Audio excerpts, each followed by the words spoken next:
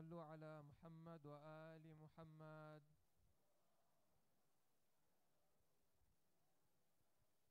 Assalamu alaikum everybody. Thank you for being here on time. We shall begin in the next 5 minutes inshallah.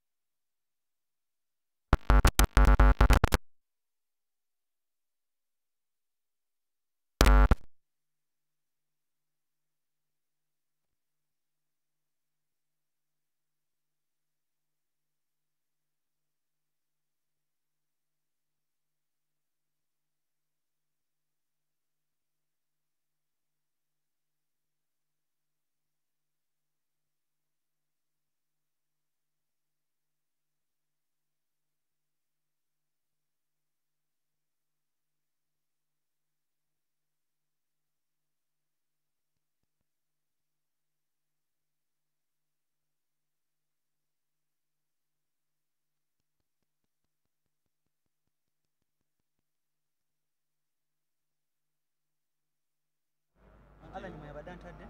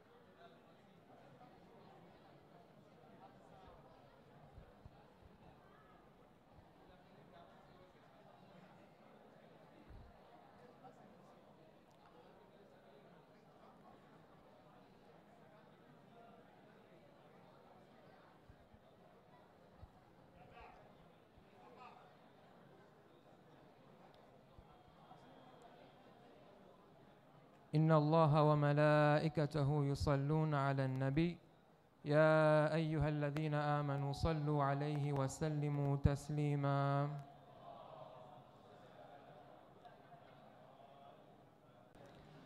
أعوذ بالله من الشيطان الرجيم. بسم الله الرحمن الرحيم. قد خلت من قبلكم سنن فسيروا في الأرض فانظروا كيف كان عاقبة المكذبين. Chairman of the Africa Federation, President of the World Federation, leaders of the community, my respected elders, my brothers, sisters, and all those who are joining us online, Assalamu alaikum wa rahmatullahi wa barakatuh. It is a great pleasure and a great honor to welcome you all to this auspicious day where we are once again reminded of the message of Allah subhanahu wa ta'ala that He keeps on repeatedly emphasizing, that we need to learn from our past, the importance of learning from our history, the importance of learning from previous nations and generations. And it is with this sentiment and spirit that the archives section of the Africa Federation, under the leadership of Marhum Murtaza Jivraj, embarked on a journey to highlight key events within the history of our community, especially here in Africa. About 2.5, 3 years ago, we had our first online panel discussion on Zanzibar called Unguja Yetu. And the plan was then to move and cover the stories and history of Kampala, Mogadishu, and Yemen subsequently. So here we are today, a place that is referred to as the Pearl of Africa. And we are here to talk about our history. We are here to talk about our stories, some of which are pleasant, some of which are unpleasant, part of which are joyful and inspiring, and some of which are fearful and unfortunate. But the message that the archive section have for all of us, especially my fellow youth, is that we are not only emphasizing on educating our community on the history of our community, but we want to take a step ahead and have conversations around it. See how we can manage what we already have, what we learn from it, what we can take from it, and how we can move forward into the future using our history. Without further ado, I will like to welcome the Chairman of the Africa Federation, who will also help us join hands in opening this auspicious program, inshallah, before we move on to the program. Asant. Amin Bhai, please. Can we please welcome him with a loud salawat?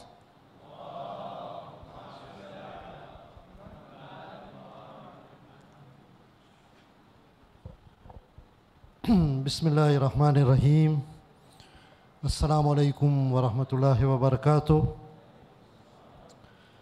हमारा वडीलों, भाइयों, बहनों, યુવાનો,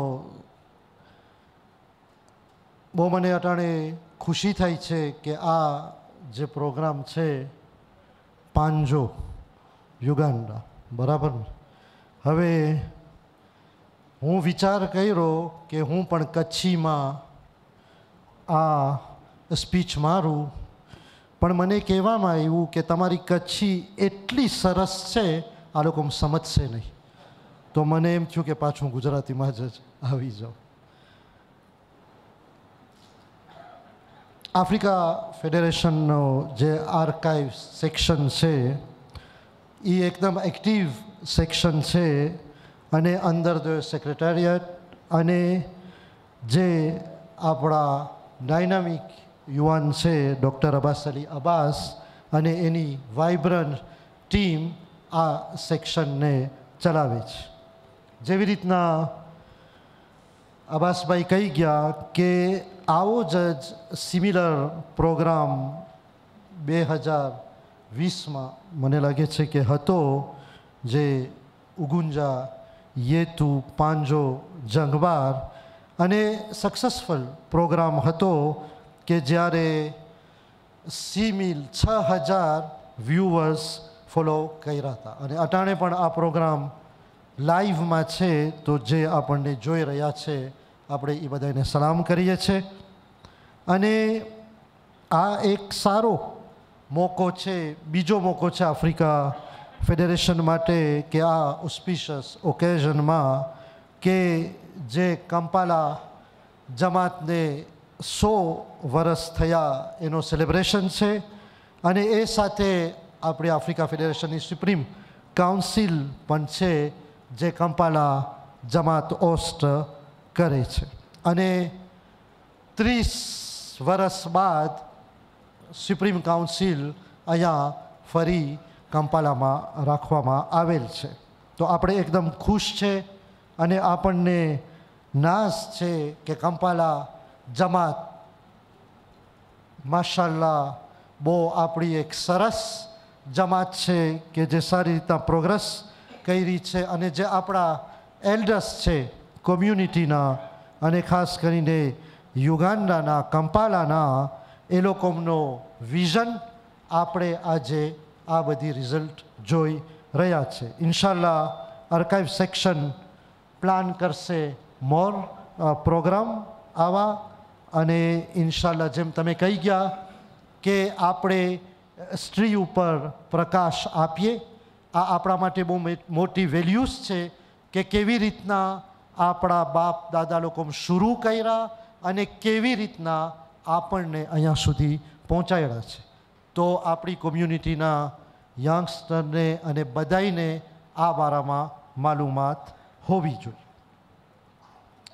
તો તમને મુબારકી head of archive section, તમારી team, અને આ જે આપણા પેનલિસ્ટ છે સિપ્ટેનભાઈ મેરચંદ અહીંયાના પ્રમુખ સાહેબ, રિયાઝભાઈ, શબીરભાઈ, ડૉક્ટર અસગર મોલેદીના, મુમતાઝબેન અને શાહિદાબેન. તો એ લોકો ઇન્શાલ્લાહ વધુ અને વધુ ચમકાવશે આ પ્રોગ્રામને. અને કંપાલા જમાત સાથે જોઈન્ટલી આ પ્રોગ્રામ છે.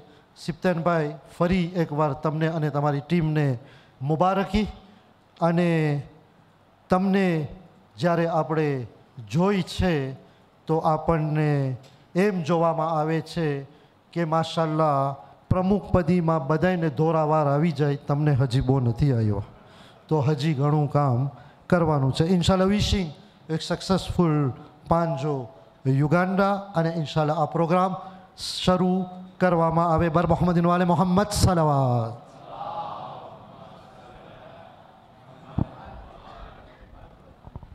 Without further ado, I would like to pass on the mic to the moderator of the program, Brother Ali Hassan Qasem. And as he's preparing, I would like to request you all to recite a Surah Fatiha for Marhum Mutaza Jivraj and Kul Marhumin Al-Fatiha.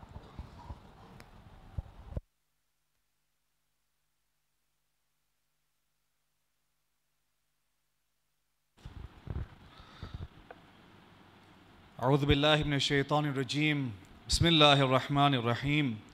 Ulama Kiram, leaders of the community, my elders, brothers and sisters, and those watching online as well, Assalamu alaikum wa rahmatullahi wa barakatuh.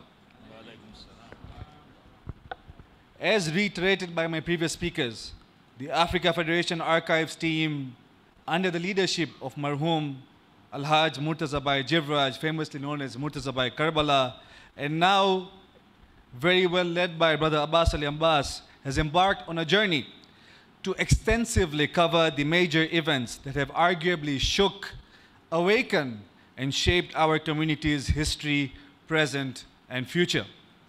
The journey began in a chronological manner where the history of the beautiful spiced islands of Zanzibar saw its darkest days on the 12th of January 1964, which if you ask anyone now will say Zanzibar has never been the same.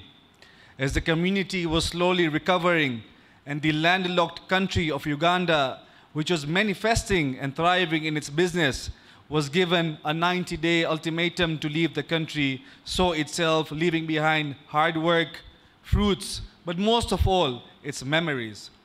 Yes, eventually a return was brought about, but again, Uganda to some will never remain the same. Today we look to relive those memories, the hard work of those who sailed through to the likes of Nasser Bhai Pardhan, Hassan Ali Bhai Suleiman, Mullah Haji Ghulam Hussain Ladda, Kimji Banji, Ali Bhai Jairaj, Muhammad Ali Ramji, Habib Walji, and many, many other experienced and other distinguished personalities who made a difference in this country. Here I have with me a panelist of experience, again, individuals who need little or no introduction. But as youths, it is important to educate ourselves who we have in front of us to now take us through this journey. I'll start with none other than Dr. Mumtaz Qasim. Dr. Mumtaz was born in Uganda and then moved to the United Kingdom as a refugee. She undertook her Bachelor of Laws in Psychology and trained as a solicitor until 1988, where she decided to make the return to Uganda. Dr. Mumtaz played a key role in the restoration of properties, which we shall then explore a bit later. She has been awarded a Golden Jubilee Medal by the President Museveni and has now been awarded with a PhD from the University of Middlesex. We now have another very famous personality here in Kampala, none other than Shaida Bai, Ali Bai, was born in 1955 with her inspiration to serve this community coming from her mother, Fatma Bai Nazr Ali Barwani, who was the chairlady of the Jamaat, and her dear brother, Marhum Asghar Ali Nazr Ali Barwani, who was the president of Dar es Salaam Jamaat. She was a founder member of the Debating Society and thereafter moved to the United Kingdom and served in the Youth Committee. She then settled in Toronto and thereabouts undertook her degree to become an optician.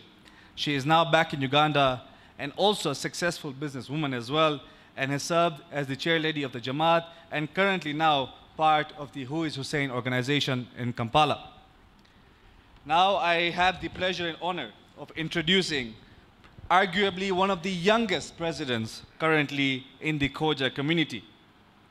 From serving the visiting scholars to heading the audio-visual subcommittee and the sports subcommittee, then taking up the role as the assistant Mukhi and thereafter various other positions until being elected as chairman, Siptenbai Merchant is an individual who is passionate about service and progress and now is at the helm of this vibrant community. We have someone who has served at almost all the leadership positions in the community. Born in Mombasa, Kenya, with roots from Kenya and Tanzania, I think Dr. Molidina has decided to take East Africa very seriously because he's now also then established a pharmaceutical distribution business in Uganda, which thereafter expanded to Mozambique, United States, and South Africa. From being Jamaat president to the vice chairman of Africa Federation and then the World Federation president, he is a philanthropist, a dedicated community volunteer, and a successful businessman. Dr. Molidina is currently a nominated counselor at the Africa Federation and a counselor at the World Federation. Now, the person who I believe seems to be the most patriotic in this room right now, Alhaj Shabir Bhai Najafi, is no stranger here. Having served as one of the youngest Kampala Jamaat presidents to the vice chairman of Africa Federation and then the chairman of Africa Federation. And now Shabir Bhai holds the position of a trustee at the Africa Federation. He's a successful businessman, but more so a passionate individual who holds the community very dear to his heart. Shabir Bhai was instrumental in the restoration of properties as well, spearheaded numerous projects and led initiatives that are successfully running till today. And last but not the least, Riaz Bhai Datu, a successful accountant and now managing the family business. Riaz Bhai was born in Uganda in the year 1950 and moved to the UK to pursue his further studies. Upon his return for holidays in the 1970s, he had to return back to the United Kingdom due to the events surrounding them within a very short period of time. Riaz Bhai's family has played a crucial role in the Jamaat, and his father, as we heard yesterday, Marhum Sultan Bhai Datu, was the youngest ever president of this community. To my dear panelists, welcome, and we look forward to hearing from you. I will start with Riaz Bhai. Riaz Bhai, from being there in Kampala since the 50s, can you briefly tell us what was life like in Kampala? How was it in Uganda? What were the businesses that were taking place here in this beautiful country? During the 1950s and 60s, life was beautiful in Uganda. We had a lot of social, interactivities with other communities. Businesses were thriving, and people were doing very, very well. Until the 1st of May 1970, when the then president Apollo Milton Obote nationalized all banks, insurance companies, farming estates like tea, sugar, etc., whereby the government took 60% and 40% was left with the owners. And thereafter, people started panicking, some started leaving, but nonetheless, life continued, and it was fine. I mean, we were interacting with other communities with no problems. And then, of course, the event of Idi Amin came, and everybody had to leave. Thank you. So was Kampala the only place where our community members were present, or was it all across Uganda? And whereabouts were the majority of our members? You see, the biggest Jamaat, of course, was Kampala, followed by Jinja, and then Mbale, Soroti, and then the smaller ones, I think, Hoima, Masindi. So we had our Koja Ishashi communities in various parts of Uganda, including, I believe, Arua, should we? Yeah, Arua as well, and Gulu. Fort Portal as well, Hoima. So we were scattered all over, but the main businesses were in Kampala, and of course the people outside of Kampala had their own businesses, and some were extremely successful. Would it be fair to say that we had at least a community of over 2,000 to 3,000 in Kampala at that point in time? I would think so, yes. Yeah? 2.5 to 3,000. So it was a big community at that point Yes, in time I mean, in you Kampala. can see from the size of this hall. This was the Indeed. ladies' hall, and the similar size the other side. So that is how large we were. And Kampala Jamaat has decided to maintain this structure, which is, again, a remembrance of how our forefathers have struggled. And Riaz Bhai, you mentioned that our community was there in Arua and Jinja, but what specific businesses, or mostly of our community members, engaged in? Well, mostly traders, but some were in the tea business, whereby they had tea plantations, but without factories. Even the Alibai Ramji family, they had a tea plantation in Lugazi. So, they were in the farming business. Jamal Ramji were in the coffee business. And then all the other people around various parts of Uganda were small traders. I think it is fair to say that as Khojas, we are naturally gifted businessmen and women, and I think Kampala has not seen any short of those. I think Kampala arguably gives out the most successful businessmen and women around the world. And one last question to you, Riaz Bhai, is that were people, when upon the nationalization of these properties, did people then start leaving, or until the events of the 1972 came about is when people actively then had to leave? No, people actively started leaving after the expulsion order was given. But prior to that, some people did leave, but only a handful. The rest remained, and life just continued as normal. When we hear Kampala, when we hear Uganda, the first thing that comes to our mind is the expulsion. And yes, it is an important part of Kampala and Uganda's history.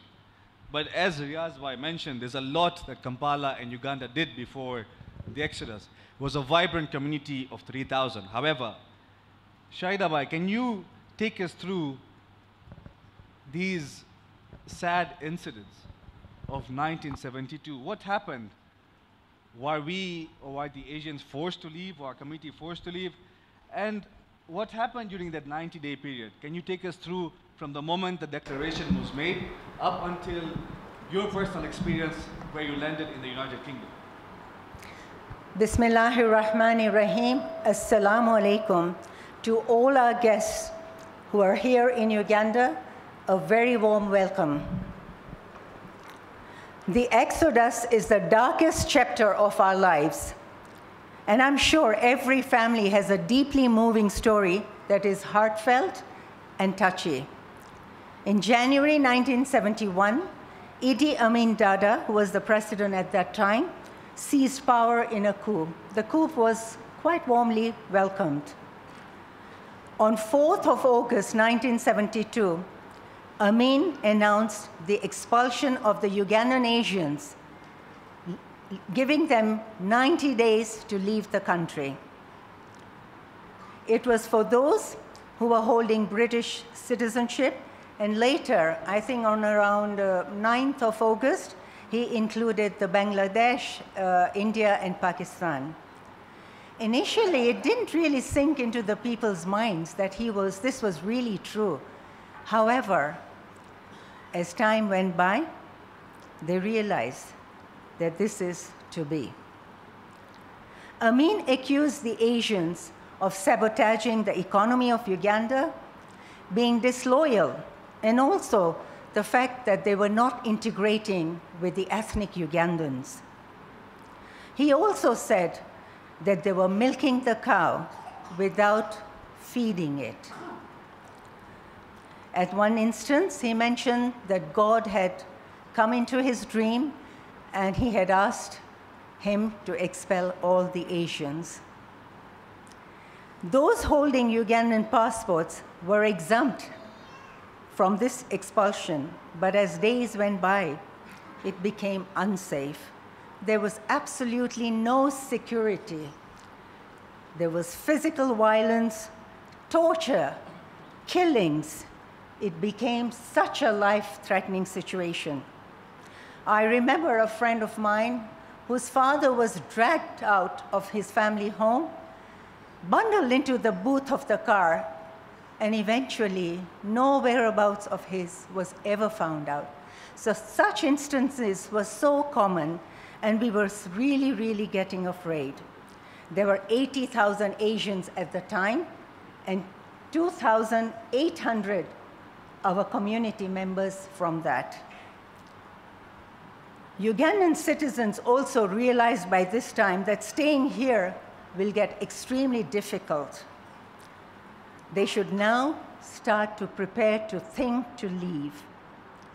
My heart goes out to the generations before, my parents, my grandparents. I'm fourth generation, but all those years who had accumulated all their wealth,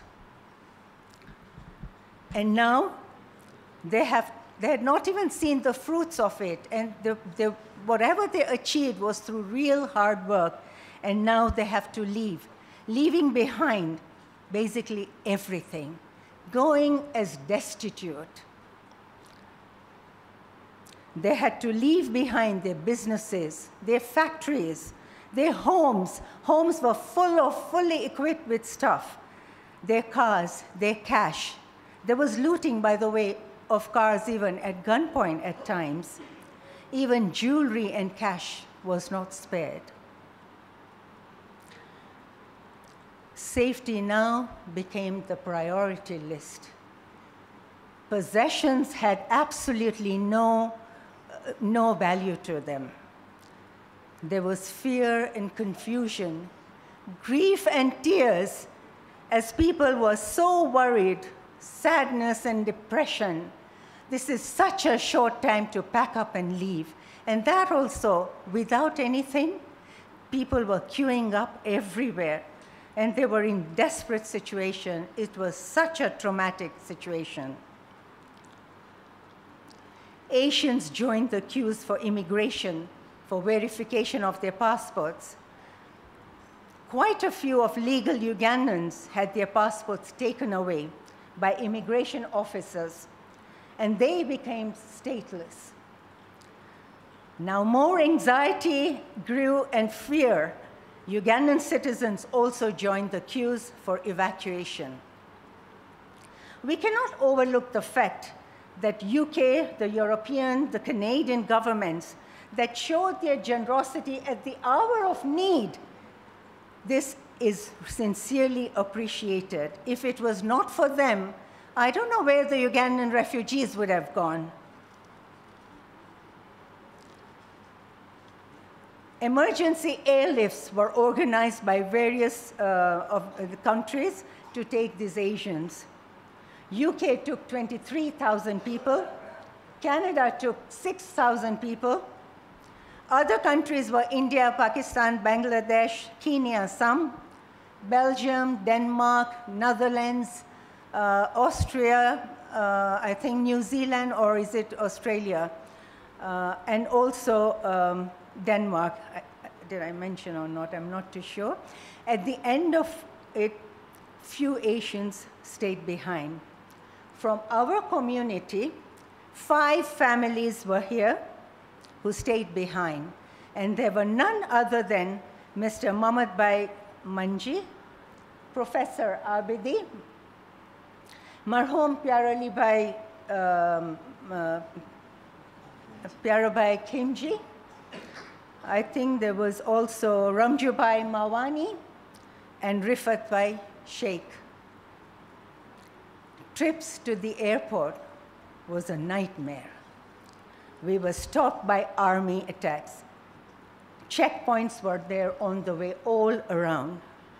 Gold and cash, even what jewelry, what women were wearing was confiscated. Most left with just one suitcase. It was such a relief as we took off.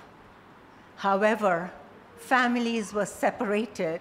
We were in tears. We didn't know when we were going to unite, when we were going to see our siblings, and it took us 2-3 years before we could actually unite together into one country. Inside our hearts, we were worried for the future because we didn't know what the outcome was going to be. These countries had accepted us, but what was there ahead of us, that was the dilemma. Looking back, I must say, it's turned out to be very successful. People have had, the next generation studied, they've really done well. And with Allah's blessings, everybody's du'as, alhamdulillah, Ugandan Asians have done pretty well. Not only that, but there was also a spread of Islam today. Thank you so much. Thank you, Shaida Bhai. And I think just thinking and not even being there and just listening to what you have to say, one cannot imagine what our families or the community members here and all those who went through this tragic moment went through.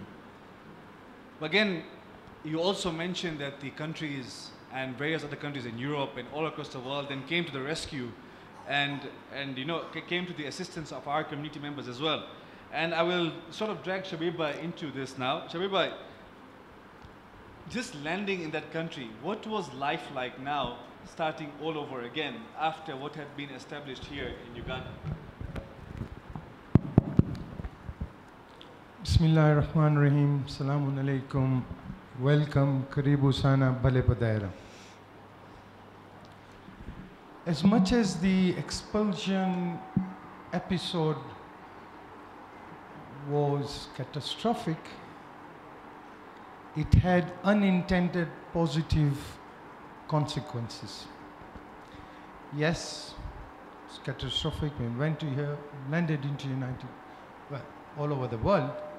The British were the United Kingdom. There were some statelesses, as Shadaba said, Ugandans who had lost, it become stateless. The US agency, United Nations, Prince Badru Aga Khan, they picked them up. They went to Austria and then to Toronto. So I'll focus on United Kingdom and be on Toronto and Vancouver. first upon landing, I think that's the only time the British government has ever given such a superb, fantastic, warm welcome and reception. You know, we were put in camps, but these camps were actually army barracks, fully structured properties with swimming pools, tennis courts, cinema halls, schools, canteens. So, you know, it was full infrastructure. It was spread across United Kingdom. So we got that on arrival. Then we had the social services, who also extended, us to find jobs in various cities with home accommodation lists. However, you got to understand, we didn't have WhatsApp, or even mobile phones at the time. To track, there's some were over 21 and they'd gone to different countries. To track the near and dear ones was even difficult because, it was done by post. But what happened, that there were some settlements in city of Peterborough, Birmingham, Leicester, and London.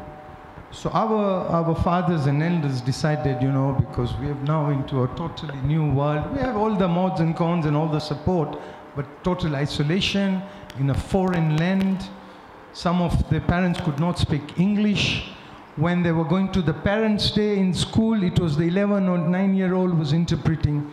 So they decided that we have little settlements. So they all told the local authorities, we don't want to go to Yeovil, not Glasgow. These are the cities. Some were given, some went on their own. And when they landed there, we had this community nucleus growing there from small pockets, and everybody was coming. So at that time, there was a bit of comfort. But when we landed, I think we were still in a state of shock. But I'm telling you that side, the money, yes, we had a lot of challenges after we settled in homes. It took 6-7 months as average. But you got to imagine, that was the time of the famous Mumtaz Powell, the National Front, the Race Relation Act of 76 was still not amended. So we were, racism was there. So all this was, we didn't have problem with accommodation, school, this, with the best. But we had these challenges. And to adjust into that was not easy. And I'll just go a step further. What our people did in these community centers, that as Barkat Bhai said yesterday, that some of the businessmen who didn't have academic college ended working as blue-collar workers on factory floors. British Leyland, British Steel, Birmingham. And it was a shock. These were the businessmen hearing lavish, chauffeur-driven cars, this, that, and suddenly they're on the shore. So they were living with it. But one thing, and this is Alu. Just to touch, Shadabai said that one thing that happened, and we are the Ahlul Bayt followers, Maulana Sahib, this is very important. Sab community mein jaane gaye, izzat ho gayi. Upon isme se, we were at the bottom, we were well protected. This was the reason. So in log udhar gaye, to pehli baat, they had a 50-pound Ford Cortina. They were working at 20 pounds in the factories. They had rented houses. Most of these council houses were given. Those council houses turned a blessing at the end. What did they do? In all this hardship, they raised monies to start our center. Hujjat, Birmingham, Peterborough. Peterborough, 1973-72 we landed. In 1975, the working community in factories and elsewhere had built up a center, not only a center, a purpose-built mosque. 1975, 3 years later, fully funded. And that was the first purpose-built Shia mosque in the Western world. And then the community is spreading out. So, I extended it, but there's other things I want to add on education and that. So this was from a shock, going into these challenges. There were some, had families not come. Tough challenges. Money, food, housing was there in abundance. But this is what happened. And these are the centers where the world Khoja community is thanks to the Ugandan settlement, because there were pockets of Kenyan Tanzanians who would come. But these centers, and that helped us and our parents to console. We didn't even know, not everybody, that there is something like haram meat. We didn't know till we went to UK. We lived in a halal environment. Suddenly in schools you can't eat this. So that communities then helped, but initially we had our parents had a very, we loved it, you know, in schools, we, first time wearing ties, going in uniforms, we loved it. But our parents really suffered that transition. And obviously it resulted in positive, which I'll talk later, that it brought affluence and wealth and how the education, unlike what we would have got here. So I think that answers you. Yeah. Thank you, Shabiba. And now that you talked about that in Peterborough, for example, a mosque was built, and I believe also Hammersmith, the Ugandans played a pivotal role as well. Can you tell us about a few other personalities who across the world made an impact? I mean, right now we can see Doctor, we'll come to Doctor in a bit, but Doctor then took up leadership. You yourself took leadership. So can you give us examples of other personalities who have made an impact across the world? Yeah. Following 76, I'll just put you the coordination. There was only one federation, the Mother Africa Federation. Yeah, that was the only federation there. But what happened when this mushrooming happened? So Mullah Sahib, God bless him, his soul, thought of forming World Federation, 1976. World Federation, 74, 2 years early. You know, I didn't count the process of the constitution going through. But 76 or 74, that was a World Federation serving Jamaats, not like today. We didn't have tier, you know, all the Jamaats were. Why? There was no COH, there was no Rasim, it was the World Federation. So that was institutionally which came later on. Initially, you know, I used to hear names. You ask for personalities. There were Dharamsi brothers in London somewhere because we were doing Majlisis in Dolly Seal and elsewhere. So they used to go out all to Cairns. There's professor in Oxford, he used to go. But the one most prominent that I interacted with, small boys with Maroom, who I'm going to name, and my father, we used to go with them in the cars. And that was Maroom Habib Bhai Walji. That I'm giving you my experience. There were others. He was residing, I think Hussein Bhai is here, in Reading, a town called Reading. Our camp was in Newbury. And this man, you know, used to work without a broken English, but a dynamic businessman. So he used to visit all the camps, and he came to us, identifying, helping them. That's how he ended up in Peterborough, and my family, and the Bimanis, Mumtaz by some uncles, and they all ended. So he was going everywhere. There was a good support. And you know, when we find somebody like that coming from it, it's a world for us. So yes, I would say Abibai, and then the World Federation formed as a unity, and we grew up. But there were other volunteers coming, yeah? Shabibai, you mentioned World Federation was formed probably as an effect of what happened in Uganda. I would like to slightly pull you back through the Exodus period. Can you just briefly tell us the role that our institutions played during that time? So maybe since the World Federation was not there at that time, what role did, let's say, Africa Federation play during that 90-day period? Africa Federation played a very, very strong role, but that was the only time that the Ugandans, you know, the middle class and the financially challenged didn't need much money, and I'll tell you why. Africa Federation, Maroom Sultan Bhai Datu was a dynamic leader here, and Africa Federation gave them an open check. First it was passage, and some of them, forget tickets, had not even sat on the plane. So all these families' tickets were needed. So Africa came with that for the moral support. We had a dynamic president here who laid out. He also used, we didn't end up taking much of that. And you know what also happened? So that was the institution. Africa Federation gave back. Tickets for those who couldn't were paid by Jamaat. But you know, this is something right. Even those people with meager incomes who were supported by the Federation and the Jamaat suddenly had all their savings. They didn't know what to do because we were only given 50 pounds.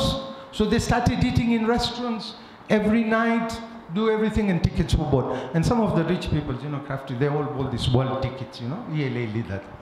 But Africa Federation backup, Jamaat dished out. For those who couldn't afford, the Jamaat was there and backed by Africa, because there's no other institution in the world. Thank you, Shabibai. There came a time whereby an order, or rather a declaration, was made for the Asians to come back to Uganda.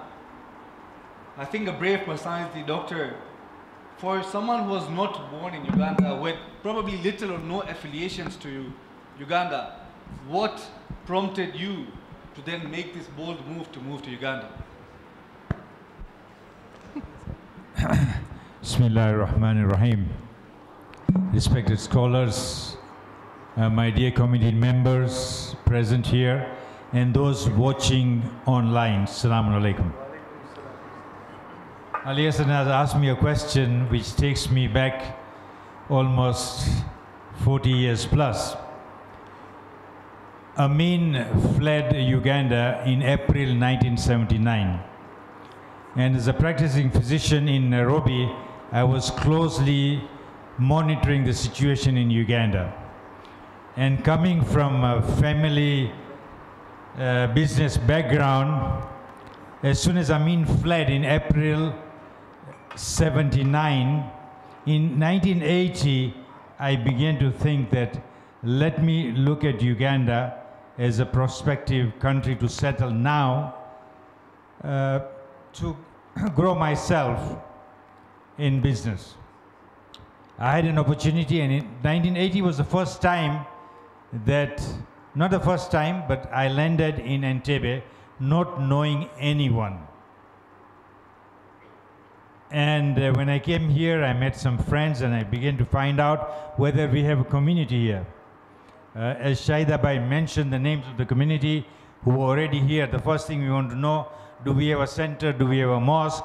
We came to know, yes, we have a Kabristan where there's a mosque and our functions are held there, or they were held at the homes of Marum Pyaril Bhai Kimji, Rifat Sheikh, Professor Abidi was there.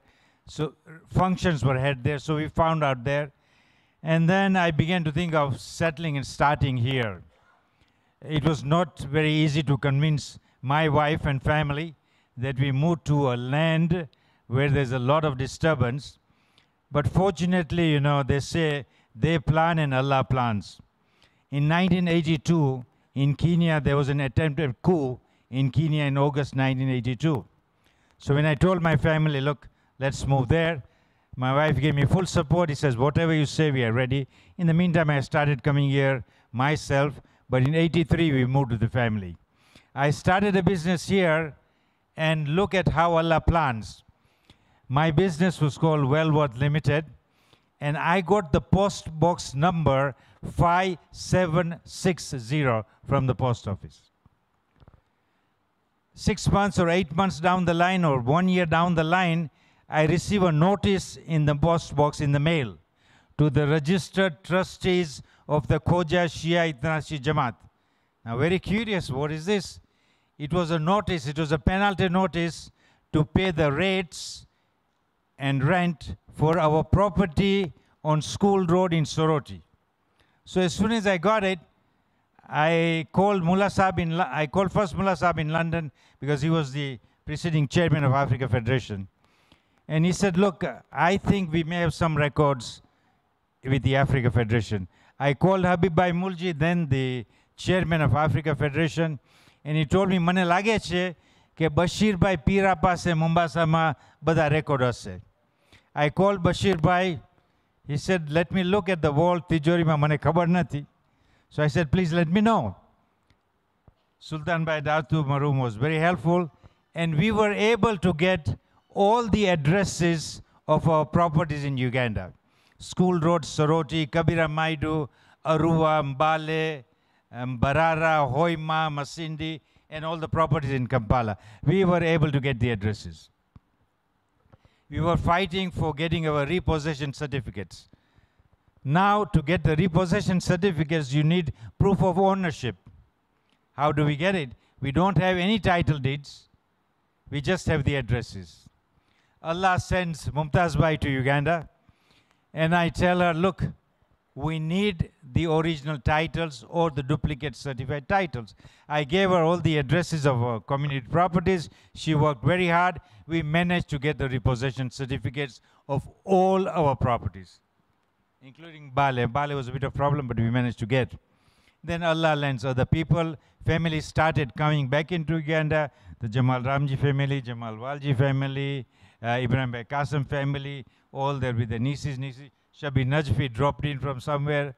And we started now. Once Mumtaz Bhai managed to get us the repossession certificates, we started now the physical eviction. Alokane kadru kevitna, aloka 20 varas, 30 ત્યાં છે. They didn't want to move out of the property. So that was a big challenge. We started visiting here, this center here, and they started closing the gates. They would not allow us. Finally, we convinced them that mosque is Allah's house. Can't we come and pray? So they allowed us to come and pray. Now, how to get this Imam Barga? We wanted to have functions. So in brief, what happened was, at that time, the Mufti of Uganda was Saad Ibrahim Lumumba. He happened to be a patient of mine. He would come for medicines from our pharmacy. So I approached him and I said, look, we have the repossession certificate and we need our properties back. Our community is back here. So he said, okay, come to the office. We went with a delegation. We went to his office. He made us sit down. We gave him all the copies of the repossession certificate. I said, we want our mosque very quickly. So he said, no problem. I'll give you a letter that you have the repossession certificate. Your community can repossess. Of course, everybody was with me in the team helping to do that. So he said, oh, but today my typist hasn't come. I said, no problem. That time there were no computers yet. So he said, give us the typewriter. He gave us the typewriter. He gave us his letterhead. We typed the letter addressed to the people who were occupying this place and to authorize us to physically retake this property. And that's how we started getting this property back and started working on it. But everybody, all those families who came back to Uganda at that time really helped us in getting that. 6 Wilson Road, which you saw today, that one was our former mosque, and then it became our school.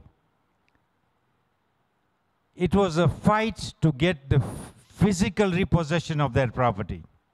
Shabir Bhai Najmi was at that time here, and we managed to get security forces surround the building early in the morning, about 40 or 60 of them. Shabir Bhai was there with his chest open, and we were hiding behind him. And by that time, we've managed to get that property vacant, and that was the physical repossession besides the others. I think the Almighty sent you here with a purpose, Dr. Saib, and indeed we had many angels in disguise who sort of assisted us in the restoration of property. One of them being that you just mentioned, Dr. Mumtaz Qasim.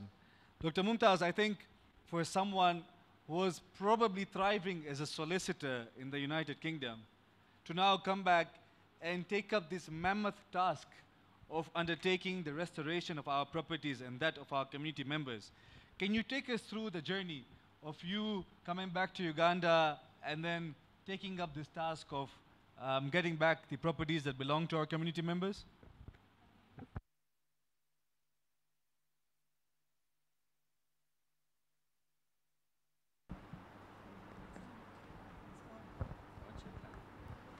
Hello. Yeah, Assalamu alaikum. I would please like to just say, President Sipta and Merchant, thank you for everything you've done. Mustafa Baikanji, the trustee, and past and present presidents here, and of course the President of Africa Federation who is here with us. All protocol observed is what I've been told to do. Yes, I worked in a central London law practice. Actually, I worked with Baroness Linda Choker's brothers practice, mates and partners. And it's the friendship with Linda Choker that connected me to President Museveni, and that's how I came back home. Simple as that. As soon as you came back to Uganda, I think this was one of the things that you came across in terms of our properties. How did you then decide to take up this task, and what happened through the journey? Can you take us through the journey of you now going back to every property? And if I can also ask you to point out, what was the most challenging one or the most challenging part of that journey? I first returned in 1986 when President Museveni had just taken over. It's actually my curiosity that made me walk around to see where the custodian board was, and I was really surprised to find all the old title deeds and files that were kept there. And Mohamed Bai Manji is here with us. Mohamed Bai and his wife Zareen Manji and Bapa Gulam Ali Manji were amazingly hospitable. Every day we would go and have lunch with him. Pyaro Mama Jamal Walji would accompany me occasionally down to Kampala. His son Shiraz is here. Shiraz was actually the secretary at that point of the Jamaat. So Dr. Molidina and Shiraz gave me instructions to start repossessing the Jamaat properties. Dr. Molidina and Shabir also mentioned how difficult and challenging it was because these properties are trust properties. And trust properties meant that not only Kampala Jamaat was the trustee, but separate trusts and trustees of each of the township Jamaats. So for example, Saroti Jamaat had its own trustees, and Mbale Jamaat had its own trustees. That was quite challenging, to rectify everything and to amalgamate everything to get the possession done. Was it curiosity, as you mentioned earlier? Was it relations? Or was it the passion that you had for your career or the community that actually made this possible with the help of the Almighty? I would say a bit of both: curiosity, having an adventurous spirit, and basically wanting to do right. That was something done wrong for the whole entire community. I've always been a human rights lawyer, and I felt that a community like ours has been wronged. It didn't matter whether we are Muslims, Hindus, Christians, the whole community was expelled. And I think something Shaida also mentioned, there were Ugandan Asians who were made stateless. 26,000 Asians were made stateless. And these are the people who had to leave purely because of the color of their skin. And I felt this is an opportunity to come and work with government. Museveni's government has been very positive in returning properties and wanting to bring back investors. And his idea was you have to pacify old investors to woo new investors. And one last key question, Dr. Mumtaz, is that you mentioned rightfully so that you are a human rights lawyer as well. It was not only the restoration of the properties, but rather the legal status of our members as well was a question, because some of them are made stateless. How did you then end up getting that also? How did you end up assisting our members to also now get back their legal right and the legal status? Basically, the government of Uganda was changing policies and working very closely with people like me who would point out the discrepancies and the loopholes that were there. So for example, the British nationals were accepted by Britain eventually. The Ugandan Asians were refugees all over the world because they were stateless, and so UNHCR came to the rescue. So when you return back, the whole point was, were you a Ugandan citizen in 1972, not what your current nationality is. And then, as you all know, a lot of our elders had passed away either here or abroad. You had to organize probates for them and everything. And also remember, I mean, my father's name is Shirley, and that means lion, so he's spirited. And I think his spirit probably got the better of me, and I decided to come back and help out people. But getting something like the mosque here, when we first came here, it was a timber yard. And as Doctor mentioned, these people were not, Uganda Muslim Supreme Council was not interested in giving vacant possession. I don't know if you all are aware, but I was threatened with being locked up many times. I've had guns held against me. But luckily, I've been able to talk through with people, talk to them. And Gulam uncle is here, Gulam Ali Jamal Ramji is here. He's been one of my first clients and our families, and we all got on very well. And team spirit is what got us through, team spirit. I know this probably refers to the masculine or the male side of things, but a lion's child is always a lion. So hopefully a lion's child is always a lioness as well. And, you know, for those of you who've read that we've released the personalities and the profiles of each of these individuals that you see here, and inspiration is not a word that does justice to what each one has done throughout their lives, especially in serving the community. And one person now who is currently here at the helm of the Kampala Jamaat, who is young, enthusiastic, passionate. And September, this question comes to you, is that what was your, when you saw Kampala Jamaat in this state, when you took over, what was your role? And what do you foresee to be the future of this community?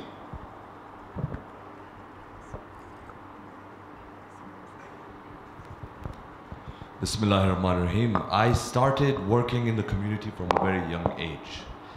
And it was the murabbis of this community that slowly and steadily brought me forward, taught me how to basically work in the community, how to be effective in Jamaat work. In 2020, I became the chairman of Kampala Jamaat. And I must say that I had the strongest platform possible. I had the support of the community, but more importantly, over the decades, my elders one by one had been working towards building back this community. So when we came in, after COVID of course, we just flew then. We did one project after another, we focused on one matter of the community after another. And our major attention was on youth, to make sure they're involved in the community, income generating projects, and the right religious programs, a balance of all the worlds basically. So that was our objective. We have been successful in that, alhamdulillah. And in the future, right now our main targets are a full-fledged secondary school. We have a community here. Our biggest challenge, it's a majority are employed, very few are self-employed. So we want to create an atmosphere where entrepreneurs can come, invest, and make money from here, create more employment also. So that is another huge challenge we're trying to sort out, of course, with the help of Africa Federations, EBD. And leaving that aside, it's been a stagnant community. When I came, if I remember right, in '95, we had 400 heads. And over time, it shrunk to 150, 200. Now we've come up again to 500. But it's always been up and down over here. So these are the three major challenges we are working on. Otherwise, alhamdulillah, we are blessed. Siptenbai, to put you on the spot, we've sort of had a mini tour today of Kampala. And Shabir Bhai always says that this is the richest Jamaat you'll see in Africa. We have, I think if you are going to go and see the net worth of the individuals in this room, I think we'll continue just counting the zeros. But I'm sure there's so many prospective businessmen and women here. What would be your advice to them in terms of coming? Do you think that there is good prospects of having businesses here in Kampala? Because I'm sure there's many who would be interested in this. A lot of us, I speak on behalf of the community that's currently doing businesses here. We have survived for 20, 30 years. We have made money, alhamdulillah. And even people that have come more recently have been making profits here. It's an agriculture-based country with oil and gold now that's been found in large quantities. So there is a very good future that we can see for the country. I do advise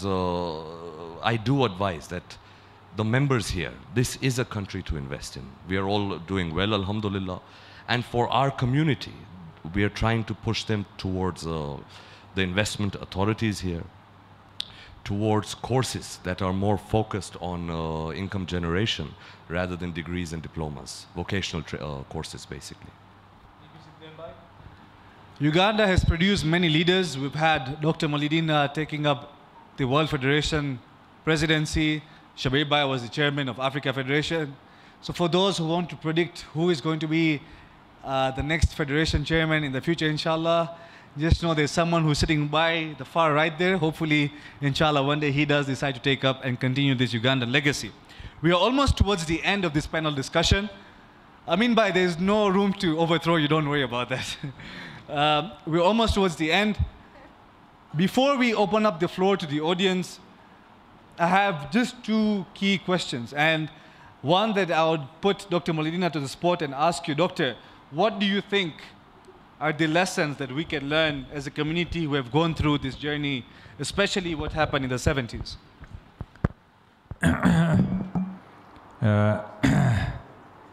Thank you, Aliastan. I think number one is our record keeping of our all assets, title deeds and all should be secured. And whether we should think on having our titles registered in the name of our mother organization, whether they are at Africa level or world level, so that we can have a greater say in the future if something catastrophic like this happens. I think that's very, very important that we do that for record-keeping purposes. We were very lucky that we were able to find copy title deeds and get the final title deeds with the help of Mumtaz Bhai here. And I think that's very, very critical that we continue to have safekeeping of our title deeds very well. Thank you. Thank you, Dr. Saab. A final remark from Shabir Bhai, and thereafter we'll open the floor to the audience for any questions or observations. Shabir Bhai, please.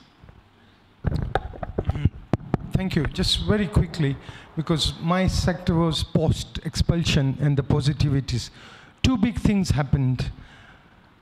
From Africa, because of the resources, we had, like everywhere else, you have a certain percentage, a small percentage who are well-to-do, and then they are financially challenged.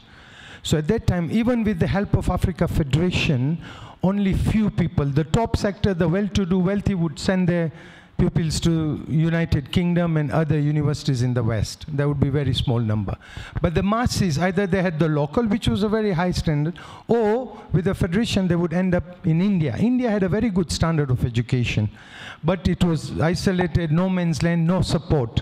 So majority would go three days in the train, then the 2 ships, 15 days sailing, and they would end up there. What the positivity of the expulsion was, that was turned around. The most positive thing that we got from this expulsion was the good quality university education that the masses got, and it was free, which they wouldn't have got. And that turned, you know, pharmacists, doctors, dentists, fund managers, big earners, that brought the wealth and affluence. And that, after 3-4 years, transformed our community. And that's where all the centers come. So the Khoja world today, it is the positive side of the migration that happened from here. And that gave them, today the mushrooming in every center in the world, whether it's Toronto or Vancouver, was because of that. That was the biggest transformation that we had. We don't have statistics, it's invisible, but I'm telling you, where the Khoja community today is where those masses who would have probably not got or not got quality education, that's where our community is rich because of that education. That brought in a lot of talent, different ways. So that is the biggest positive. We had people in United Kingdom, not from our community, that put Idi Amin's photos on the walls. Because, you know, they brought, even those who went and had big families, when they started to work in factories, they were generating big monies. But when these kids, the youngsters go to, I'm telling you, don't underestimate what that has done. Today, the community with its Bathurst here, then our businessmen started going, when the Margaret Thatcher brought this right to buy scheme, they were buying their houses at 25%. That equity was given to the banks to raise money, and what did they go into? Like Dukawalas, corner shops, news agents, because there were certain Islamic restrictions. That mushroomed in the 80s.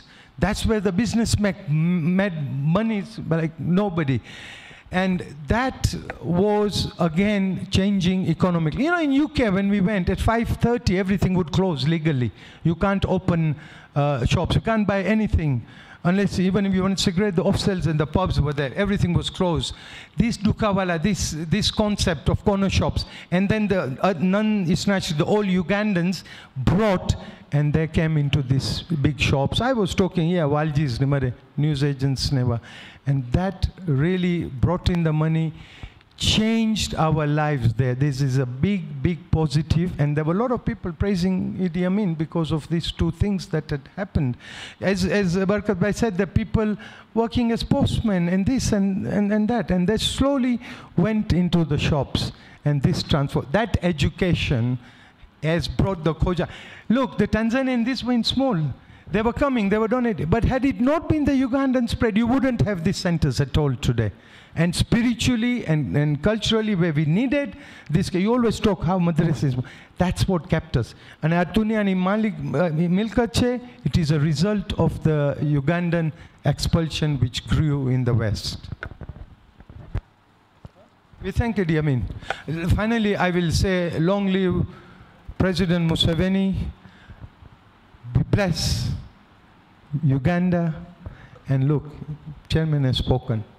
This is truly a green country. Winston Churchill said it's Pearl of Africa. It's truly green, but it is even greener economically. Africa is the last frontier, okay? This has got all the natural resources of this century. Come and make the best of it. Our president will open you investment assistance and whatever you need. This is to be reverse. By the way, I and these two ladies here were the only reverse migrants. But they came with different reasons. There were two sectors, very quickly, just half a minute. There were two sectors who came back, three sectors. One who came to repossess their property. Repossessed, sold, and went. Then there were those who came to repossess and stayed. So some handful stayed. I was of the third sector. I didn't have property. My father didn't have property, so a lot of it. I came here as an investor. And I invested here, and I never regretted. And along with my investments, I had 2 terms of presidency, lots of community building at the same time. So I come here as an investor. Those who went, missed out. Those who stayed, look where they are. Thank you, Shabir Bhai. We have a few minutes. I know dinner is waiting. We have a few minutes for the audience. Just a quick one. I do realize in our presence, we have the great personalities who are there, Professor Abidi and Muhammad Bhai Manji. Kindly requesting you to please stand so that everyone can see who these great personalities are. And can you please recite as-salawat ala Muhammad wa ali Muhammad.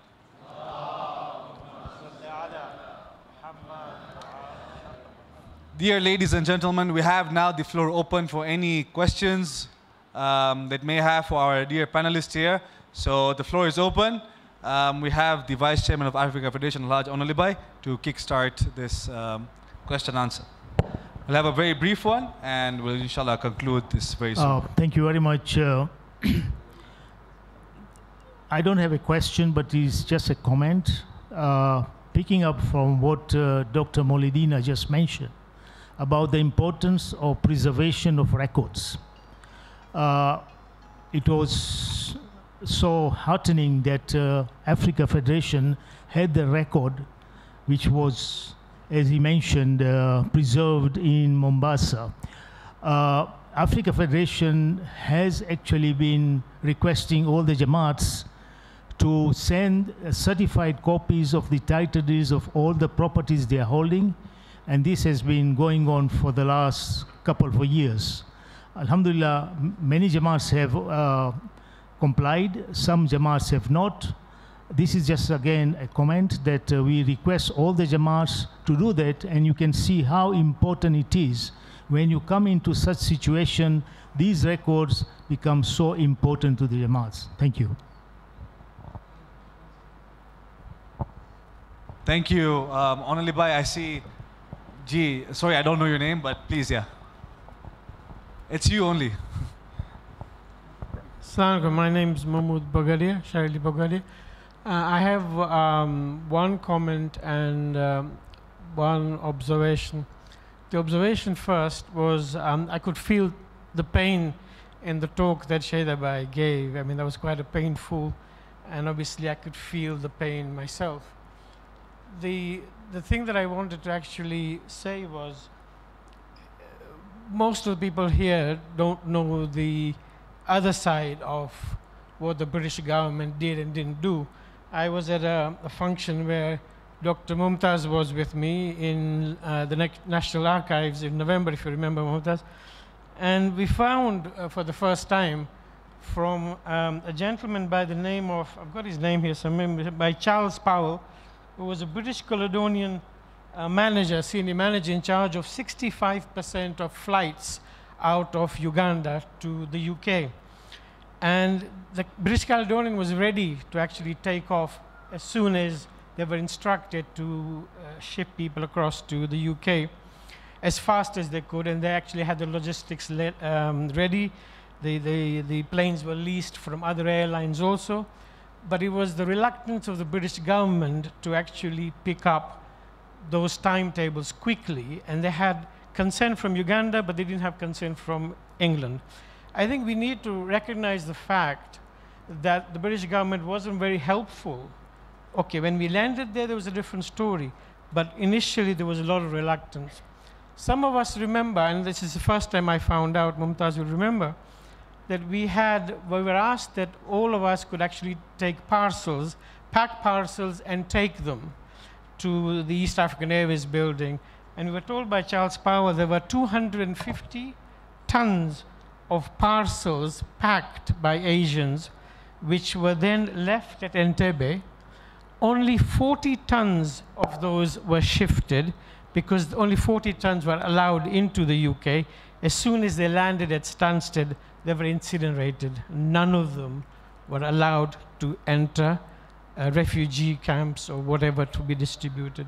So we need to obviously take cognizance of the fact that those things did happen and actually put our record straight, that things weren't all rosy when we landed at the other side, or even before that. Yeah, Shabir Bhai mentioned the fact that there was racism there, National Front was there. Shabir Bhai remembered 1974, there was an election there.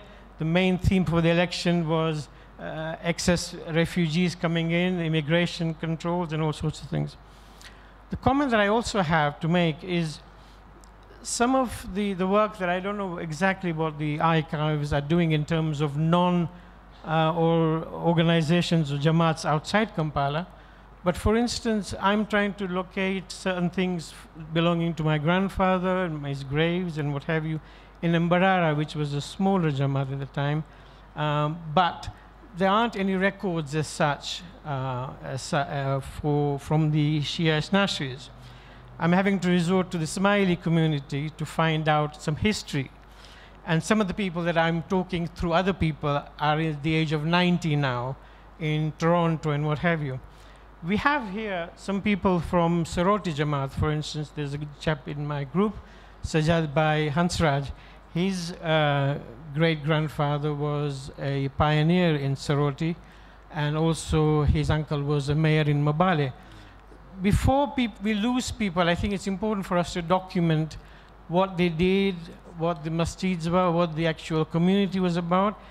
But I think it's important for us to know what the actual archives is doing and increase the scope of those documentaries that we can possibly document in terms of the dates, names, before we lose the people that can remember. So my request to you, please, is to extend the scope of the work that you're doing for Jamaats outside Kampala, so at least we have those history recorded. That's just a comment that I'd like to make. Thank you. Well, I think what you have said is as precious as gold, and I think the archives chairman is right here, and the team is now embarking on that to sort of try and preserve all the records that we have from the seniors. We're so honored and glad to have many Ugandans here. I don't like to use the word ex-Ugandans. They'll always remain through their heart Ugandans who can and will give, inshallah, information. So for the next few days until Sunday, the archives team is available in case of anyone who wishes to disclose any information. I see Nizar Bhai? Yeah? Okay. We'd like to invite questions as well. So this, the panelists is very eager to sort of respond to questions. So yeah, Nizar Bhai. Thank you very much. First of all, can I just say that I'm not an ex-Ugandan. I was born in Mombasa. In fact, this is my first visit to Uganda, a first visit to Kampala. This is wonderful. Reminiscence, learning from history, and even some of the practical things, for example, what Honorable Bhai has just said about making sure that all our documents are actually collated at one central place. But can I just be slightly provocative? And let's think strategically for the future. The fact is, Kampala had 3,000 people, has now dwindled down to 250. If you look at all the properties in Kampala and divide by the number of people, Khoja Shia Tranchari people living in Kampala, Kampala is the richest community in the world. Okay? You take all the assets from Imambara, club, masjid, mall, Mustafa, everything that you have, divide by the number of people, you are the richest community in the world. The Khoja community numbers in the last 50 years hasn't changed significantly. We are about 120,000. 50 years ago, and today we are 120,000 as well. What has happened is that we have spread to different parts of the world, haven't we? Yeah, so let's take London as an example. London, south and north together, probably has got 10,000 men and women and children in London. How many properties do we have in London? We don't even have a purpose-built mosque. We have an Imambara, we don't have a club, we don't have a school, we don't have flats, we certainly don't have a mall, etc. I just want to put a provocative thought. I think our assets should move where people move. I'm saying seriously, I think we should seriously consider moving our assets pro rata, proportionately to where people move in different parts of the world. Thank you, Ms. Arbai. We have known you very well. I think, I know your surname is Kimji, and we've met in Milton Keynes as well. So by the time you get the mic, inshallah, I'll remember your name. Assalamu alaikum. It starts with? Fida uncle. Nice to catch up with you yesterday. Thank you very much indeed. I'd like to ask the panel one simple question. What role did Marhum Pyarali Khimji played in this Jamaat? Because I know well for a fact that he never left Uganda even after the Exodus. He's been here since that time until recently he passed away. So he must have played an important role in order to keep this Jamaat going as well. Thank you. Late Pyaril Bhai Khimji played a pivotal role. He remained here trying to maintain the property we still held. And that property was the mosque in Kabristan. We had a separate mosque there besides the Kabristan. He maintained that property. All our functions were being held there. And when I came in the early 80s here, functions were held at his place. All our Khushali Wafat were held in his place there. And he had a very, very vivid record of all our properties throughout Uganda. And he was very helpful in trying to get us all the records possible. Thank you, Dr. Saib. My dear ladies and gentlemen, this is, I think, a once in a very, very long time opportunity that we have today to extort all the information that we can from these individuals here. So thank you, firstly, Uncle. We need questions like that as well. I see a hand from Akil Bhai Hirji, and I see another hand there behind. So I'll start with Akil Bhai Hirji, and then I'll come to the gentleman there. It's a question, Akil Bhai? Yep.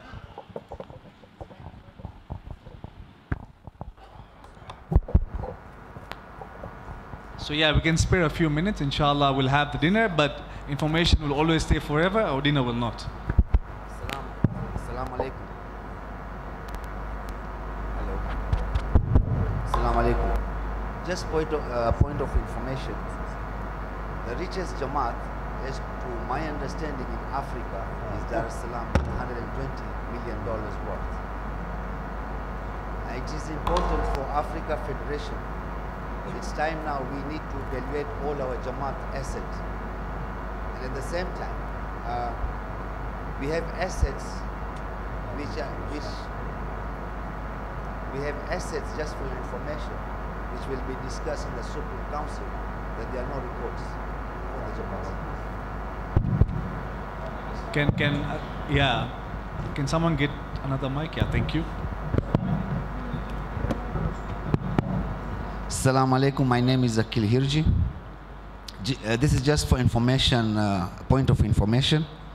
The richest Jamaat in Africa is Dar es Salaam Jamaat, valued at approximately 120 million.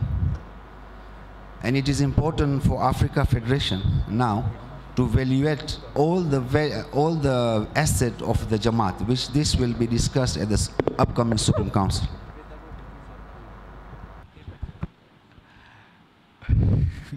I can see there's quite a few. We have the president of Nairobi who will say Nairobi is the richest Jamaat. No? We have someone to say Mombasa. I think Dr. Saib wants to give a correction as well. I'll come to Zahir Bhai. I think Mohsin Bhai as well. But Dr. Saib first. Akil Bhai, thank you very much for your correction on that.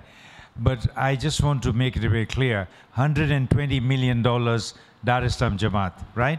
Kampala Jamaat, probably $60 million, half of that, but with a population of 250. So per capita, Kampala is by far the richest, right? It's just to clarify, with 10,000 people, you have 120 million. With 250 people only, we have 60 million. So you can work it out. Okay, Sipten Bhai wants to say something. I'm coming to you, Sipten Bhai. Murabbi Dr. Nizar, just a small clarification. Over the years, our population today is at 515. We sent it to Africa Federation a couple of months ago.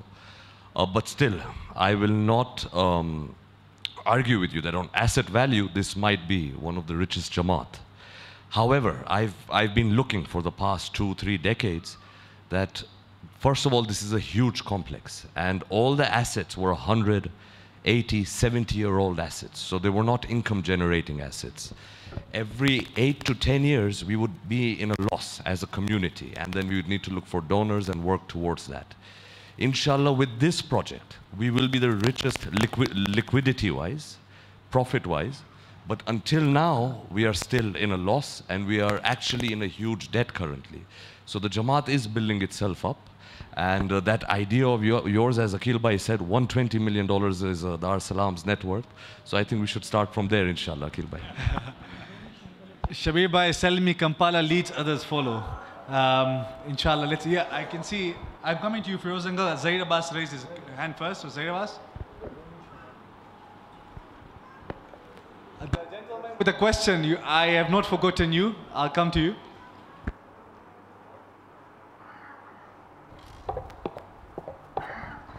Inshallah, I'll be wrapping this very soon. So you see now, there's a lot of patriotism being shown. Dar es Salaam, richest Jamaat, Uganda, even Shabibai's ties, Ugandan, all right? Just put all the assets on the Africa Federation. All patriotism will go, everybody under one banner. Africa Federation, inshallah, will always and always remain. Firoz Uncle, briefly something from you. You were, can someone give Firoz Uncle a mic, please? And thereafter, I can see, oh, sorry, Mohsin, I haven't forgotten you. But before that, I will give the uncle right there who had a question. Priority to questions, please. Ji. Can I make a comment? A brief one, please. We need to move to questions. How many? 3 minutes or 2.5? Less than that. 30 seconds, please. Assalamu alaikum wa rahmatullahi wa barakatuh. My name is Firoz Nur Ali, and I came to Uganda at the age of 9, 10. I was born in Mombasa, and before that, I was 6 months in Somalia. And my father, Mr. Nur Ali, is probably well known, and we were thrown out, literally. Okay? So I am telling you, but I want to share 2 thoughts with you. We came in 65, and in 67, we had the 24 project first phase of Federation, Kampala Jamaat, rent to own, 600 shillings, 36,000. Somebody can confirm that. And that was the first phase. By the time we had 70, when we left in 72, we had 135 rent to own properties. Correct? Yes, Shafiq? Anybody? And some Jamaats are now, after 50 years, building housing projects. So we were way ahead. So please give us some credit. It's not about assets, but it's about vision, It's about dedication. And I can tell you, in UK, every Jamaat that is progressive has got Uganda backing. I rest my case. Thank you,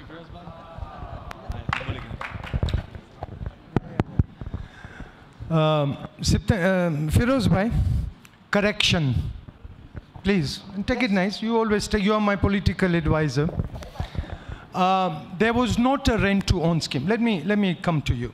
There were two schemes here, the 8490 flats, which were sold on installments. Sold?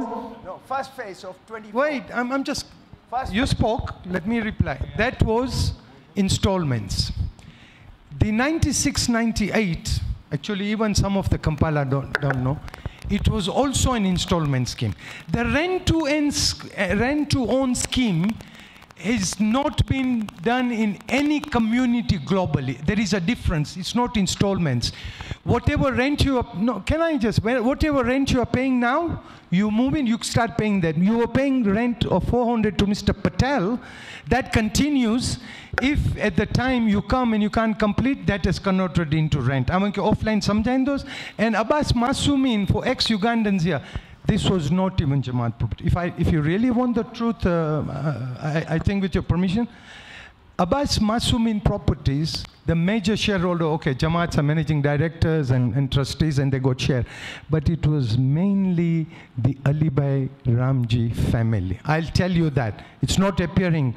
Anwar Bhai Ramji, the family of Ali Bhai, I'd called them for the, when I launched this, I called him for the opening. The reason was they buy 70% or something in that. And those units were given to people serving in the industries. And I have the names, okay? I have the names who they were given. What happened when it came, Ali Bhai Ramji said, we don't want it. It can remain with the company. Now, offline, I'll take it up. My sister here would say something. So that also was an installment scheme, not rent-to-own scheme. Thank you, Shabir bhai. Final two questions. We had a hand there. Firoz Uncle, I'll come to you, but priority given. Firoz Uncle, I understand. We will come to clarifications, but priority given. Okay, that is, we'll take that, but can we have a... The two schemes I've said... Wait, no, this is good, we are talking. This is how we Khojas talk. The two schemes that I talked was pre-72, not post-72. Our schemes were done post-70. Abeje property 8490 is pre-72, yeah? Thank you, Shabir bhai. We had a question. Uncle, I don't see your hand anymore. Is your question still there? And then I'm coming to Shafiq. And then Mohsin. Sorry, Mohsin first, and then Uncle first. Distinguished guests, brothers and sisters, Salamun Alaikum. My name is Muhammad Shafiq Hassan. As Shabir Bhai had said, in Panjo, Uganda, my grandfather was the Mukhi when he passed away in office in 1971 on 28th June. I have no questions to the panelists. I've heard everything. We experienced everything, migration from here. All I would like to say today is, Sipten Bhai, you and your team have done an absolutely fantastic job. And I'm saying this today now in front of the whole crowd is because when we went out for the Kampala tour today, the emotions on the bus were very high when people were trying to identify the properties that they lived in, where their grandparents lived. And from that, I'm talking on behalf of everybody that went on the trip, because I'm sure if they'd come on their own, they would have never made that trip. So thank you for arranging. The panelists have done a fantastic job. Mumtaz Bhai, Shaida Bhai have enlightened people that did not go through the 72 Exodus, and I think it was fantastic information coming through.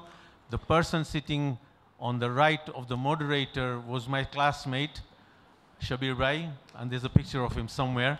But I'd like to thank him as well for informing all the people of this gathering. And I'd like to thank Sipten Bhai again. Fantastic job. Your team has done an excellent job. And I'd like everybody to recite a loud Nare Salawat for them, please. Thank you. Salli ala Muhammad. Mohsin Bhai Haji. Assalamu alaikum. I'd first like to thank Kampala Jamaat for organizing this along with Africa Federation. I think this is what the community is about, bringing people together always. Thoughts that were coming through my mind when Shaidanti was, taking us to the whole journey is that community preparedness in the future of an unlikely event that had happened, because political instability is something that we can never predict. So the question to all the panelists, and I would appreciate one by one, maybe 30 seconds or a few seconds of your wisdom, is that what should we be doing as Africa Federation or as Jamaats to be prepared for an unlikely event like this, or in case if it ever comes up?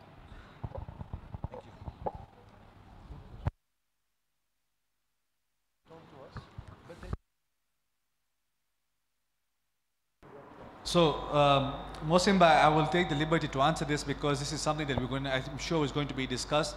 Africa Federation is already working on a disaster preparedness team and an SOP for that as well. There's a proactive measure already taking place, and inshallah I think will be discussed. We now have one last question and we'll close this. Yeah, brother? Hi, Assalamu alaikum. My name is Reza Jivani and I came here from Mumbai, India. I am here with my two family members, two colleagues.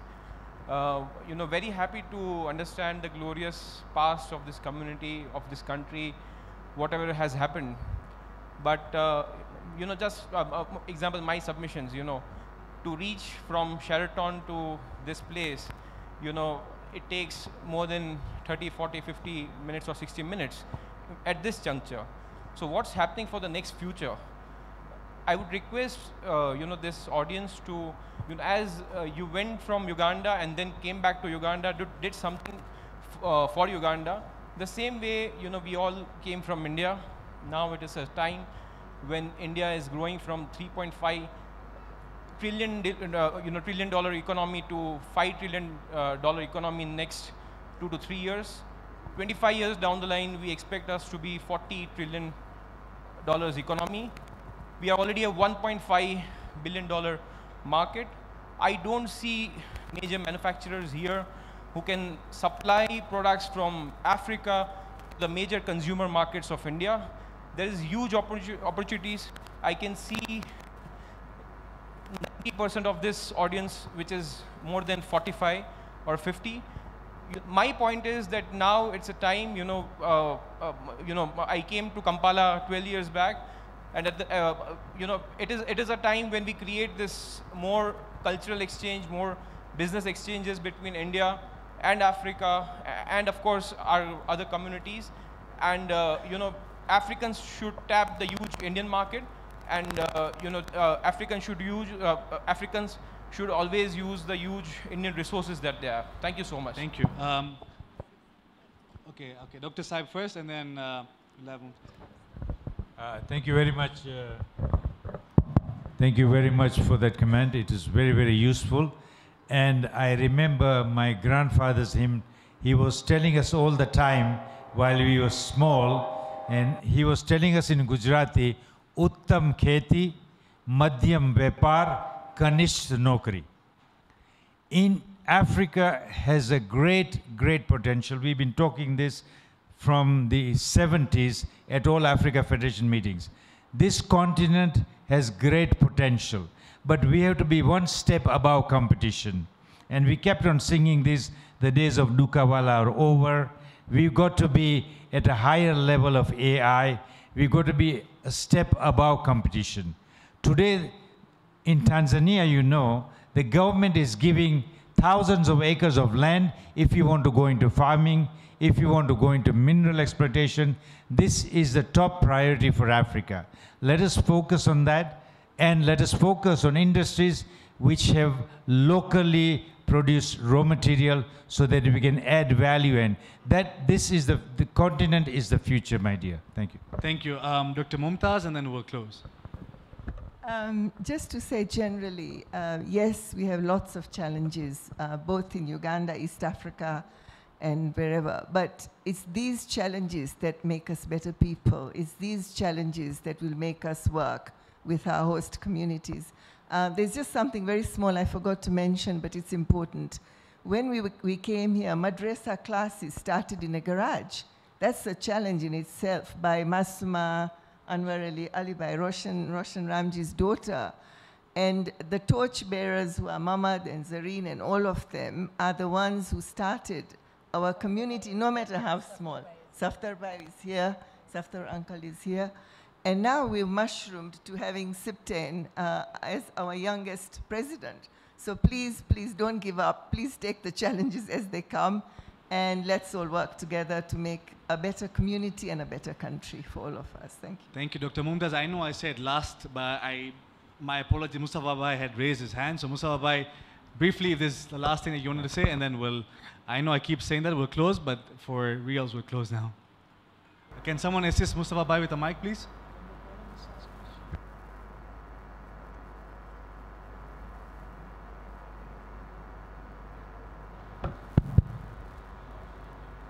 Thank you very much. Much appreciate the panelists. Well chosen, balanced discussion. Thank you.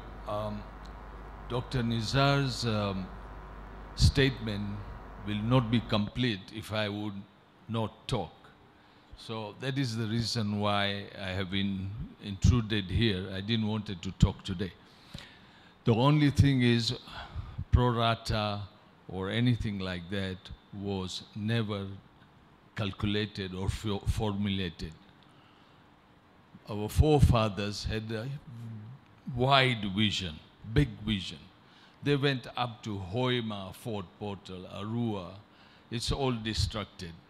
Now, to answer Dr. Nizar's question, that don't you think pro rata or pro capital, Kampala Jamaat is the richest? Kampala Jamaat was the richest anyway beforehand. We came here to maintain and repair and continue the flow of what our forefathers have left. So Dr. Nizar, we did not add on, we continued. And please, as Dr. Mumtaz said, challenges are there, take it positively. Thank you. Thank you, Mustafa Bhai. And now the next thing in our agenda is that since there are very few questions, the panelists wants to ask the questions to the audience. So inshallah, after dinner, we will all regroup here. No, that is not part of the agenda. We have completed this event. My dear ladies and gentlemen, do not mistake the coming of our forefathers as coincidence or fate. Rather, it was vision and wisdom. They say a smooth sea never made a skilled sailor. The journey of the Khoja Shias that are currently numbered close to 150,000 maybe has never been a cruise. From being ousted in the streets of India to sailing to the shores of East Africa, some settling in Zanzibar, while others continued sailing to the islands of Madagascar, while some decided to dock at the port in Mombasa, and others passionately found their way through to the landlocked country of Uganda, where they set their hearts, their livelihoods, and their families across different cities in the country. From the cities of Arua to Jinja, or even here in Kampala, the families bonded between themselves and the locals, and arguably creating the most successful businessmen and women in the Khoja fraternity. For those who've made their way here after 50 or so years, or for those who have been living here in the aftermath of the expulsion, Uganda will always remain home. For the Kutchi speaking, it's Panjo Uganda. For the Gujaratis, it's Apru Uganda. For the Urdu or Hindi speaking, it's Hamara Uganda. For the locals, it's Uganda Yetu. But the language may differ, but the message is one. That home is where the heart is. And ask each and everyone present here, their hearts are within this vicinity. On behalf of the Africa Federation's Archives team, my sincere appreciation goes to the panelists, the audience, including our viewers online, the Kampala Jamaat for organizing this. Inshallah, the next journey shall be to look forward and shed some light on our community in Mogadishu and the events surrounding the early 90s. From your moderator today, Ali Hassan Qasim, thank you for being an amazing audience. Enjoy the dinner. But before that, there's always a before that. We have a special launch, which is the launch of the iconic Federation Samachar that is going to be given to each and every one of you for free of charge. So please make sure that you grab a copy. But again, to officially launch this, I would request the President of the World Federation, the Chairman of Africa Federation, and Maulana Saib, in short, the entire table to come forward, and we will officially launch the Federation Samacha. So the members of this table, please do come forward, and we will launch Federation Samacha, and thereafter the sumptuous dinner is going to be served. As they are walking in, can we recite a salawat for this panelists and all those here? Salawat ala Muhammad wa ali Muhammad.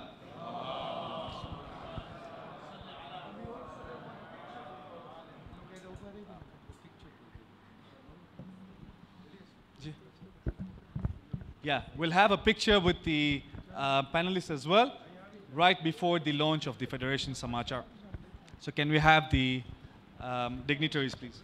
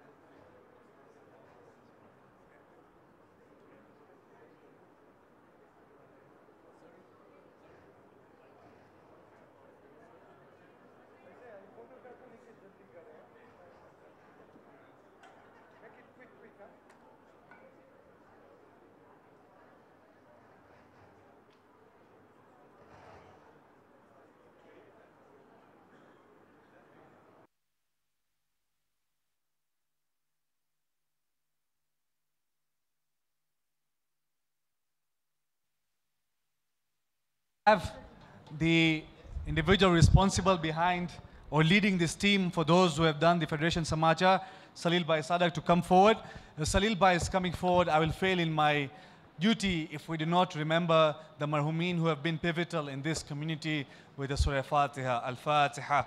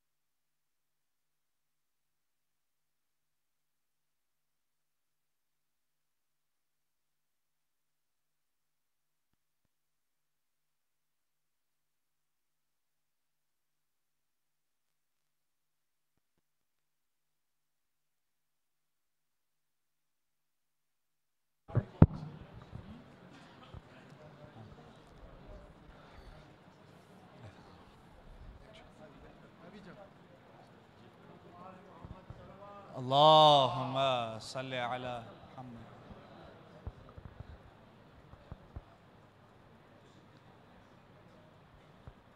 MashaAllah, the front cover is very Bo Nurani Chia front cover. Thank you very much, ladies and gentlemen. Dinner is served. Gents, please make your way through. Apologies for the delay, but dinner is finally here. Thank you. Hey, sorry. Pramukh Sahib. ના ના મને કાંઈ speech નથી કરવી એક જ બોલમાં કારણ કે હમણાં ડિબેટ થતું હતું કે રિચેસ્ટ જમાત કઈ કઈ હું એમ જ કહું છું આજ આફ્રિકા ફેડરેશન ચેરમેન કે કંપાલા જમાત આપણી ગોલ્ડન જમાત છે.